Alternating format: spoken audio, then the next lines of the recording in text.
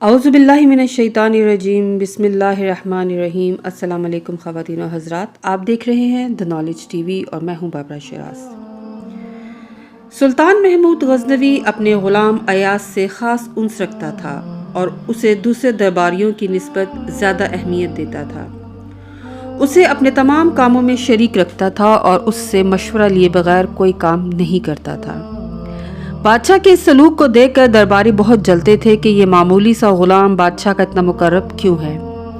یہی وجہ تھی کہ ایک مرتبہ انہوں نے بادشاہ سے کہا، ایاز آپ کے ہیرے جواہرات کو چرا چرا کر ایک جگہ چھپا رہا ہے اور اس کے لیے اس نے ایک کمرہ مخصوص کر لیا ہے۔ اس کمرے کے دروازے پر ہمیشہ تالا پڑا رہتا ہے اور کوئی بھی شخص اس کمرے میں نہیں جا سکتا۔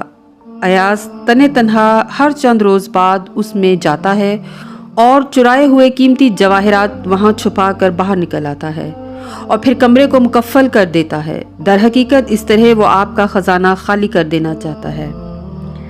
بادشاہ کو اپنے درباریوں کی اس بات پر یقین نہیں آیا، لیکن پھر بھی ان کو مطمئن کرنے کے لیے اس نے حکم دیا کہ سب کے سب جائیں اور کمرے کا دروازہ توڑ کر جو کچھ بھی اس میں ہے وہ لے آئیں۔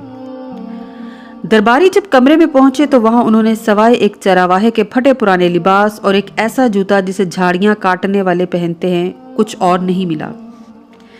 پھر زمین کھودنے والے مزدور بلائے گئے۔ انہوں نے کمرے کی زمین کافی حد تک کھود دی، لیکن اس سے بھی کچھ حاصل نہ ہوا۔ انہوں نے سارا ماجرا بادشاہ کو بتایا۔ سلطان محمود نے ایاز کو بلوایا اور اس سے پوچھا، تم نے ایسا کام کیوں کیا؟ آخر ایک کمرے کو مخصوص کر کے اس میں پھٹا پرانا چراواہے کا لباس اور ایسا جوتا جسے پہن کر جھاڑیاں کاٹتے ہیں اور کمرے میں تالا ڈال کر رکھنے کا مقصد کیا ہے؟ تمہارا یہ طرز عمل دوسروں کو اپنے آپ سے بدگمان کرنے کے علاوہ اور کچھ معلوم نہیں ہوتا۔ ایاز نے جواب دیا، میں بادشاہ سلامت کو اصل حقیقت بتا دیتا ہوں۔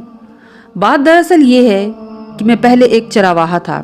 جھاڑیاں اور گھاس پھوس کاٹنا میرا کام ہوا کرتا تھا۔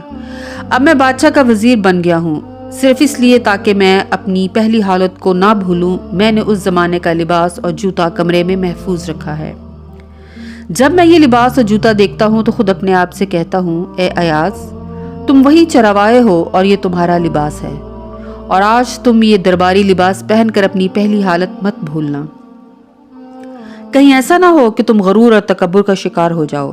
اور بہرحال میں اپنا یہ پھٹا پرانا لباس اور جوتا اس لیے دیکھتا ہوں تاکہ مجھ سے کسی قسم کا ظلم و ستم سرزد